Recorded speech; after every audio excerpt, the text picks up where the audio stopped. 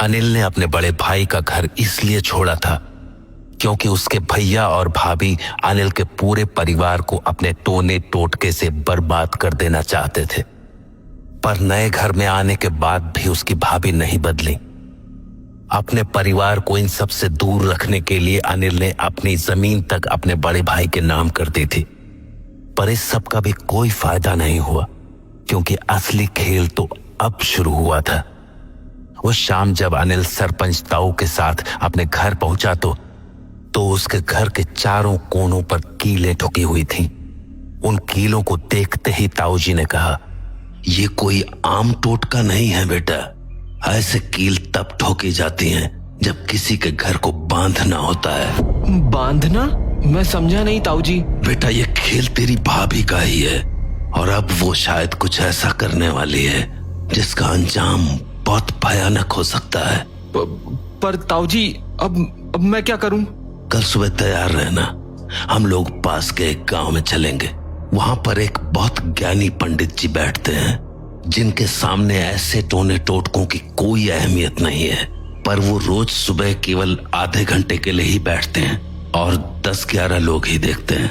अगर कल सुबह तेरी बारी आ गई तो कल ही के कल ये सारी बला छूट जाएगी। ठीक है ताऊ जी। हाँ, लेकिन तुझे आज की रात होशियार रहना होगा क्योंकि आज की रात तेरे घर पर प्रेत तांडव करेंगे। तुझे ऐसी ऐसी चीजें दिखेंगी जो तूने अपने सपने में भी नहीं सोची होंगी। इसलिए आज की रात हिम्मत से काम लेना और बजरंग बली को दिल में रखना, वो तुम्हारी मदद जरूर करेंगे। ताऊ जी से ऐसी बातें सुनने के बाद उस रात अनिल और बबीता दोनों में से किसी को भी नींद नहीं आ रही थी। तभी लगभग 1 बजे के करीब उन्हें अपने घर के बाहर कई सारे लोगों के कदमों की आवाजें सुनाई देने लगी। बबीता, तुम्हें ये कदमों की आवाजें सुनाई दे रही हैं क्या? हाँ, पर इतनी रात को इतने सारे लोग हमारे घर क्यों आएंगे? हाँ, वही तो मेरी भी समझ में नहीं आ रहा। बाहर जाकर देखता हूँ। रुको, पहले मुझे खिड़की से देखने दो। तो कविता बिस्तर से उठकर सामने की खिड़की के पास चली गई और बाहर झांकने लगी। क्या हुआ? कौन है? पता नहीं, बाहर तो कोई भी नहीं दिख रहा है। क्या? फिर ये कदमों की आवाजें किसकी थी? चलो बाहर चलकर देखते हैं। पर जैसे ही उन्होंने अपने घर का दरवाजा खोला, वहाँ कोई भी नहीं था। अरे, बाहर तो कोई भी नहीं है, फिर हमें किसकी कदमों की आवाजें सुनाई दे रही थी? पता नहीं, छोड़ो, रहने देते हैं, शायद हमारा वहम होगा। अनिल और कविता दरवाजे को बंद करके अभी मुड़े थे कि उन्हें अपने कमरे में कुछ ऐसा दिखा जिसने उनका खून जमा दिया। कमरे में ठीक बिस्तर के बगल में अनिल की भाभी खड़ी थी और वो एकटक अनिल के बेटे को घूरे जा रही थी।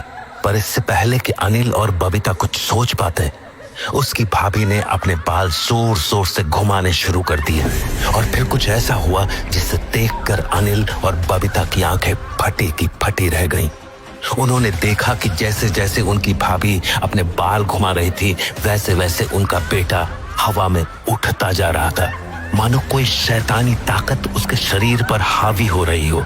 अनिल और बबीता खौफ से ये सब देख ही रहे थे कि तभी घर के बाहर से एक आवाज गूंजी, बोलो पवन पुत्र हनुमान की जय।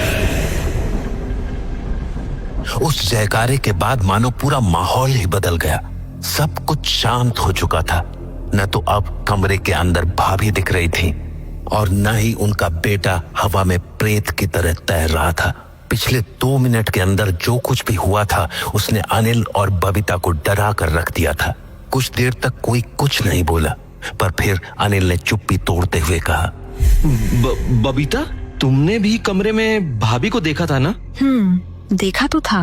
और तुमने देखा था ना कि कैसे वो बाल घुमा रही थी? और हाँ, सब देखा मैंने। तो फिर वो कहाँ चली गई? और ये बजरंगबली का जयकारा किसने लगाया था? पता नहीं, आवाज तो मुझे भी आई थी, पर ना जाने वो था कौन। एक काम करते हैं, कमरे में चलते हैं। ताऊ जी ने कहा था कि आज की रात कुछ अजीब देखने को मिल सकता है। हो सकता है ये सब उसी का हिस्सा हो। हो सकता है। अनिल और बबीता कमरे में पहुंचे ही थे कि कि उन्हें अपना बेटा बिस्तर पर रोता हुआ दिखा। बेटा क्या हुआ, रो क्यों रहा है? पेट दर्द, बहुत जोर से पेट दर्द हो रहा है मम्मी। पेट दर्द? अभी तो तू अच्छे से सो रहा था, अचानक से पेट में दर्द कैसे होने लगा? कुछ उल्टा सीधा तो नहीं खा लिया? अरे बेटा कुछ बोल। रहने दीजिए, मैं एक काम करती हूँ, इसे दवाई दे देती हूँ, अलमारी में ही पड़ी है। ठीक है। तो बबीता कमरे से बाहर अलमारी में से दवाई लेने चली आई, पर उसे ये नहीं पता था कि अभी तो खेल बस शुरू हुआ था, क्योंकि उसके बेटे ने अब रोना बंद कर दिया था और बिस्तर से उठकर खिड़की के पास जाकर खड़ा हो गया था। ये सब कुछ अनिल अपनी आंखों से देख रहा था, पर उसे समझ नहीं आ रहा था कि आखिर उसका बेटा मन्नू कर क्या रहा है। अरे मन्नू खिड़की के पास क्या करने चला गया? पेट दर्द हो रहा था ना तेरा? चल आजा, बिस्तर पर लेट जा। पर मन्नू कहाँ सुनने वाला था, उसके कानों पर तो जैसे पर्दे पड़ गए थे। वो तो बस एकटक खिड़की के पास खड़ा कुछ बड़बड़ाए जा रहा था। ओह अच्छा, सच्ची? मन्नू को हंसता देखकर अनिल समझ नहीं पा रहा था कि आखिर ये सब हो क्या रहा है। पर इससे पहले कि वो कुछ कह पाता, मन्नू ने हंसना बंद कर दिया और बोला, क्या आटा और चीनी? हाँ लाता हूँ ना, अभी लाता हूँ। इतना कहकर मन्नू रसोई की ओर चल दिया और अनिल कमरे से बाहर आकर उसे गौर से देखने लगा कि आखिर वो करना क्या चाहता है। उसने देखा कि मन्नू ने पहले तो अपने शरीर पर आटा मला, उसके बाद हाथों में एक मुट्ठी चीनी लेकर दोबारा उस खिड़की के पास पहुंच गया और फिर उसने अपना नाम लिया, मन्नू, और चीनी को खिड़की के बाहर गिरा दिया। अनिल को अब भी ये समझ नहीं आ रहा था कि उसका बेटा इतनी रात को ये कैसे खेल खेल रहा था। मन्नू क्या कर रहा है ये? कुछ देर तो वो खामोश रहा, पर फिर वो बोला, कविता आई है, उसे मन्नू के नाम की भेंट चाहिए। इतना कहते ही मन्नू जोर जोर से तालियां बजाकर हंसने लगा।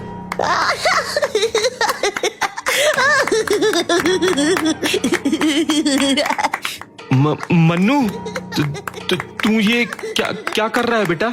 और तू कविता भाभी का नाम क्यों ले रहा है?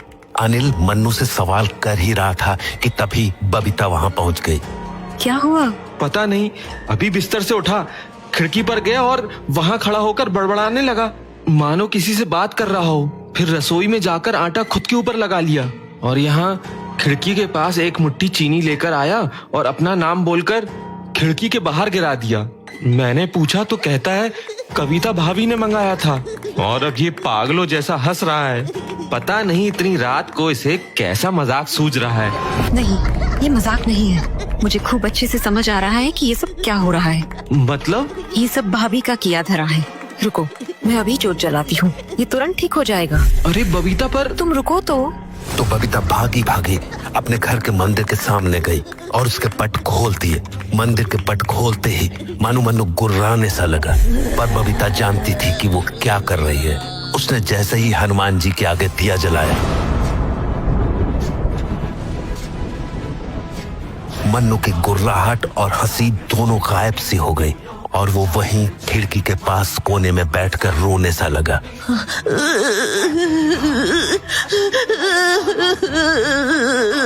मानो बबीता के हनुमान जाप से उसे तकलीफ सी हो रही हो। थोड़ी ही देर बाद बबीता रोती हुई मन्नू के पास आई और उसके सर पर 2 बार हाथ घुमाकर उसकी चोटी पकड़कर बोली, नाम बता और चला जा। नाम बता और चला जा। मनोज। मन्नू ने किसी मनोज का नाम लिया था जिसे न तो अनिल जानता था न ही बबीता, पर नाम लेते ही मन्नू मानो गहरी नींद में चला गया। जब बबीता ने उसे बिस्तर पर लिटाया तो अनिल से पूछा, ये क्या हुआ?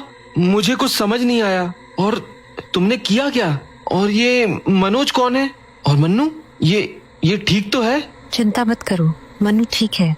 मैंने वही किया जितना मुझे आता था, और मनोज कोई और नहीं बल्कि वही प्रेत है जिसे भाभी ने हम पर छोड़ा हुआ है।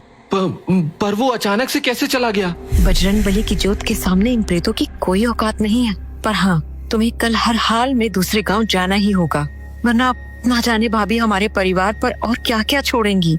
आज तो मैंने संभाल लिया, पर ऐसी शक्तियों का कोई भरोसा नहीं है। तुम चिंता मत करो। सुबह होते ही मैं ताऊ जी के साथ दूसरे गांव निकल जाऊंगा। इस बला से मुझे भी पूरी तरह से छुटकारा पाना है। वो रात किसी तरह बीत गई, पर सुबह होते ही अनिल ताऊ जी के साथ बस से दूसरे गांव के लिए निकल गया।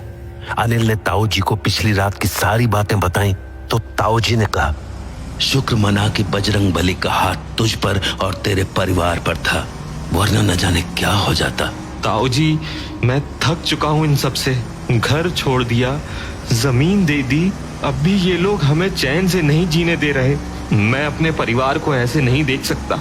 मैं तुम्हारी बात अच्छे से समझ रहा हूँ बेटा, पर चिंता मत करो, बजरंग बली सब ठीक करेंगे।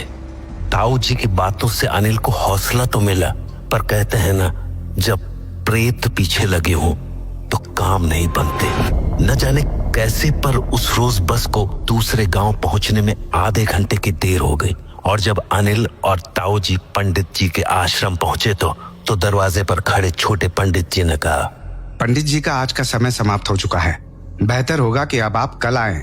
अरे पंडित जी, पर हमारी बस खराब हो गई थी, इसलिए हमें देर हो गई। मेरा पंडित जी से मिलना बहुत जरूरी है, नहीं तो अनर्थ हो जाएगा। माफी चाहूंगा, पर अब आपका मिलना कल ही संभव होगा। चिंता मत कीजिए, बजरंग बली आपकी रक्षा हमेशा करेंगे। चलता हूँ। छोटे पंडित जी तो वहां से लौट गए, पर अनिल और ताऊ जी वहीं खड़े खड़े बातें करने लगे। ताऊ जी, अब क्या करूं? ये तो बहुत बड़ी दिक्कत हो गई। घबराओ मत, सब ठीक होगा। एक काम करते हैं, हम लोग आज इसी गांव में रुकते हैं, कल सुबह होते ही हम लोग यहाँ चले आएंगे। नहीं ताऊ जी, मैं अपने परिवार को वहां अकेला नहीं छोड़ सकता। अगर कहीं कुछ हो गया तो मैं क्या करूंगा? मैं एक काम करता हूँ, मैं बस लेकर अभी लौट जाता हूँ। कल सुबह 5 बजे की बस लेकर ही मैं वापस यहाँ आ जाऊंगा। ठीक है, जैसा तुम्हें ठीक लगे, पर हाँ, एक बात हमेशा याद रखना, संकट कटे मिटे सब पीरा, जो सुमिरै हनुमत बलबीरा।